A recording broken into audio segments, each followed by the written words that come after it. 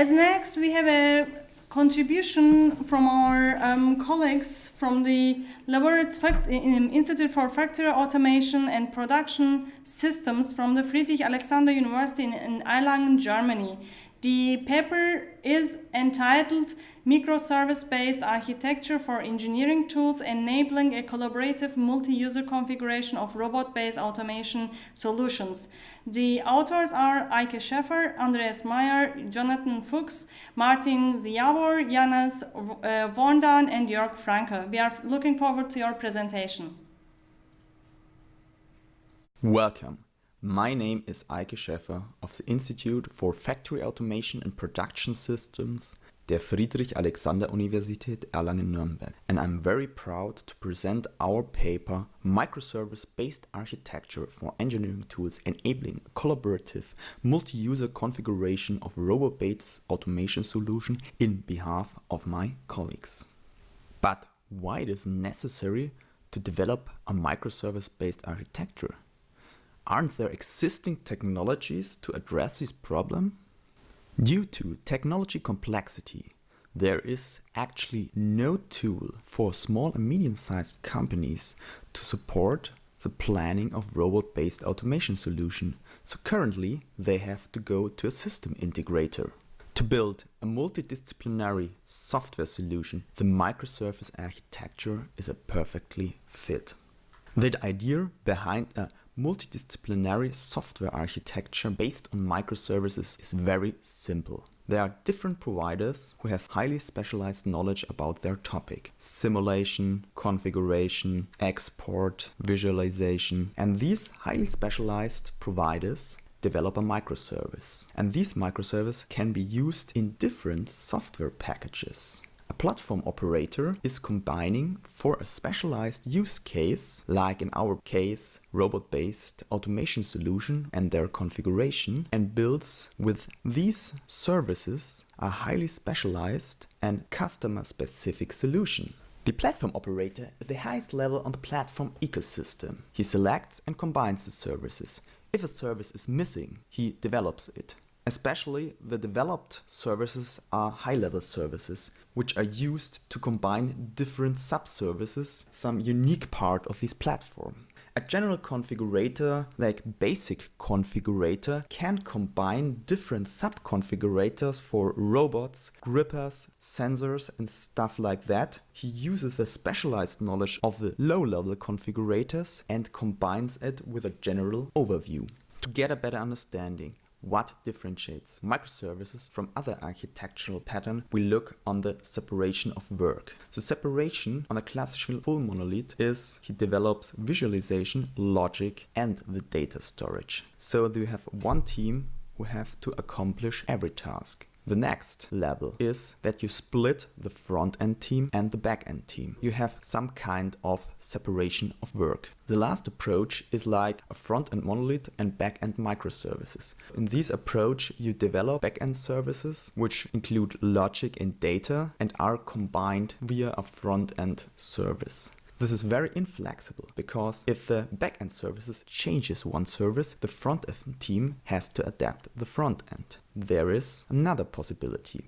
As seen, the front-end monolith, you have a UI. The UI has special parts which is connected to the back-end services. And the approach we propose is a micro front-end approach of microservices. Every service has his own UI part, and this UI part is included inside a placeholder. If only the content of the microservice is changing can easily be included, there is no additional effort for adaptation. As an example, you have like the composition skeleton. This composition skeleton exists out of different placeholders. These placeholders are each placeholder for one service. The server-side rendering puts these service fragments together and deploys the rendered page to the customer or user of that page. To evaluate the approach, we created a 3-step multi-user configuration concept. Each configuration starts on the landing page. Where is it chosen? whether a new session should be started via best practice selection or loaded from a previous saved meeting. In this example, best practices are successfully implemented or fully functioning solutions that can be used as a starting parameter for a new configuration. Alternatively, it is possible to join a session in progress. During a running configuration session, changed values and the chat are transmitted in real time to all simultaneously connected participants. If an administrator exports and downloads the latest configuration, it can be uploaded as a reload parameter to bring the latest state of the development to a further meeting. In order to utilize a multi-user configuration for enabling a division of labor, several roles are required. These can, for example, represent different functional units in the company such as project management, sales, purchasing, mechanics, electronics, or software. Each of these units has different competencies and objectives in a configuration process and therefore different authorization. In order to keep the prototype easy to understand within the concept, the multi-user approach was reduced to 3 roles and a total of 3 rights. In order to demonstrate that different roles can have different authorizations, the administrator has no restriction but is the only one who has the privilege to export the configuration. As an engineer, you may actively participate by being authorized to change configuration values. As a viewer, you can only participate passively and view the changes of the other participants and communicate through messages in the chat.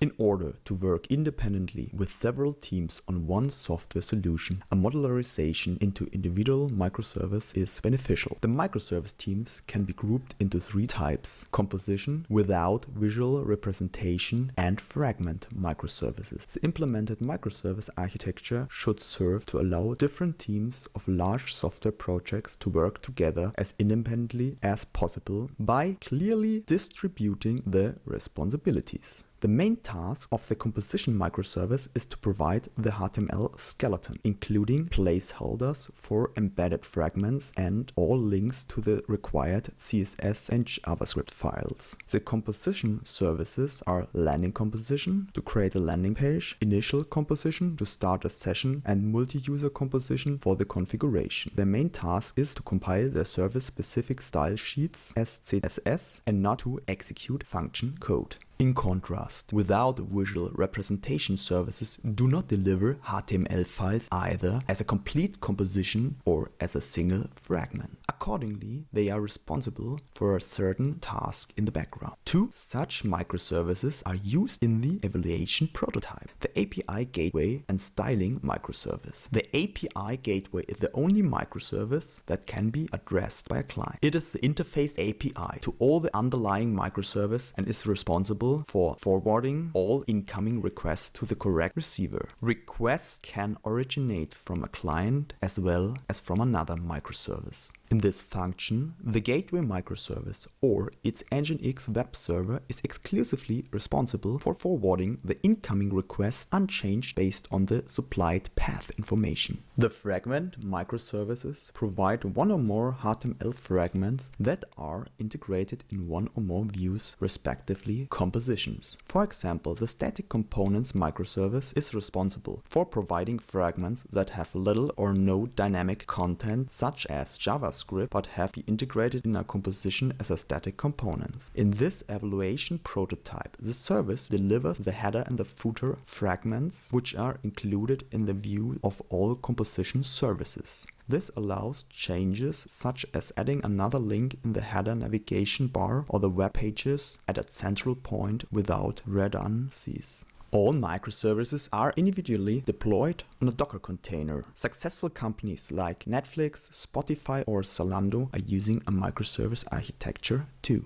2 services, the chat service and the configuration service, are WebSocket services and have a bidirectional communication. The configuration microservice, also belonging to the fragment microservice, is exclusively responsible for the status of all values in the active configuration. It is also responsible for delivering the configuration fragment, which is integrated in the multi-user composition and the communication with the server of the configuration microservice from the client side over the WebSocket connection. The multi-user composition microservice provides the basic HTML structure for the view of the multi-user configuration without adding a visible HTML part. Once the placeholders have been filled with a fragment of all services, the rendered HTML document is sent to the client. After the scripts have been executed, the WebSocket connection of the configuration fragment and the chat fragment to the server are established to fulfill the function of a real-time collaboration. The primary advantage of multi-user configuration is apparent. The page is composed of individual fragments all run as an independent microservice in their individual Docker containers. The authorizations of the configuration microservice, e.g. administration, engineering, or viewer, are set by the logging role after the launch. The chat microservice is independent and only takes care of the bidirectional real-time chat. The visualization microservice fetches the values from the configuration microservice and displays them or updates them dynamically when changes are made. The demonstrator shown here is based on the project Robotop, aiming for a web-based configurator for robot-based automation solution. In general, the configuration process starts with a few filter questions to pre-select a best practice solution and start a new configuration. This is followed by a constraint-based modification configuration. To evaluate the concept, a prototype was implemented. At first, the Docker container have to be started, so the whole system is ramping up. After the system has been ramped up, the user login can begin. So the user can start a new configuration, select best practice scenario, and create a new user to join the new configuration session. Inside one configuration, the services work. To demonstrate that the collaboration over the Node.js services are working, another user is joining the session. If one user uses a chat or says something, the changes are visible also for the other user. To demonstrate, we included different like checkboxes, values, integers, drop-downs, every kind of data format is shown. After configuration, the solution could be exported and included by loading in a new session. This is accomplished with a JSON file, and another session with a loaded configuration is ongoing. Also, this session can now be joined. Down you see the running services and the underlying communication between the services to get a little impression about the communication between the microservices. In a nutshell, it was shown how a microservice architecture based on micro frontends can be used to enhance development and maintainability of engineering software solutions. Using the example of building a microservice-based multi-user configurator, it was shown that the development can be carried out by individual teams which can be grouped in composition without visual representation and microservice. The WebSocket fragments enable a multi-user session in real time, similar to the chat functionality which was realized with the chat. The configuration microservice distributes the current configuration parameter to all session participants. The visualization service only displays and renders its 2D and 3D scene according to the current configuration parameter. This type of microservice architecture makes it possible to flexibly enhance individual fragments in views, add new ones, or deliver views with user-specific fragments depending on the role a user is logged into. A special thanks goes to the Federal Ministry for Economic Affairs and Energy, which founded the project Robotop within the development of digital technologies PACE. Thank you for your attention. Now I'm at your disposal for further questions. Welcome back, and thank you for your presentation, Eike. For those of you who just turned in during this presentation, this is the second live stream from the CIRPe Global Web Conference. As next, we plan to have a live discussion with the presenting author Eike Schäffer from the University in Erlangen. And we are going to continue our program in the same way. Hi Eike, can you hear me?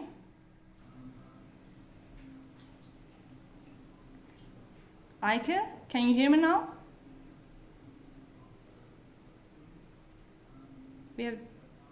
I'm just turning to our technical support desk. We had a presentation, during the presentation a test call, and Eike was online. So Eike, just interrupt me please if you can hear me. And maybe I can start with the first question, and we'll post it also on the YouTube channel if you can hear me, and then you can comment on it. So the question is about the challenges of possible industrial implementations of your approach, and what are the needs of companies for implementing your approach? Thank you, Pinar, for this question, because if you see in production of cars, there are not only one company who can produce a car. So you have different companies who produces wheels, motors, and the stuff around it. And what you see at the moment at software development is that huge companies want to build every part of the software. And so you see some parts of the software are working very well, and others don't work so well. And also scaling is a problem, because if you develop huge functionality just for one part of a software, you don't have the business case. So if you have companies who produce specialized sub-services, these sub-services can be used in different software, and so you can put more effort in it to get a higher quality, and so the whole software landscape could evolve, because you have different customers, compared to the car industry. Some companies produce for different huge players parts, and so the quality gets better and better. Mm-hmm. Thank you for your comment. Could you also specify some similarities or differences to typical interfaces which are available on the market? The differences, it's most of the interfaces on the market are very, difficult to use, because it's more expert tools. And by using this micro front-end approach, you can develop different front ends for different user groups. And so you can get much easier and more usable front ends. Okay, thank you for your comments. I would like to thank you for the moment, and we will continue with the next paper, which is also presented by yourself, and then we'll connect to you after the video presentation again. Thank you for the comment. Bye. Bye. So I would like to thank Eike for the presentation, and we'll continue with the next paper from the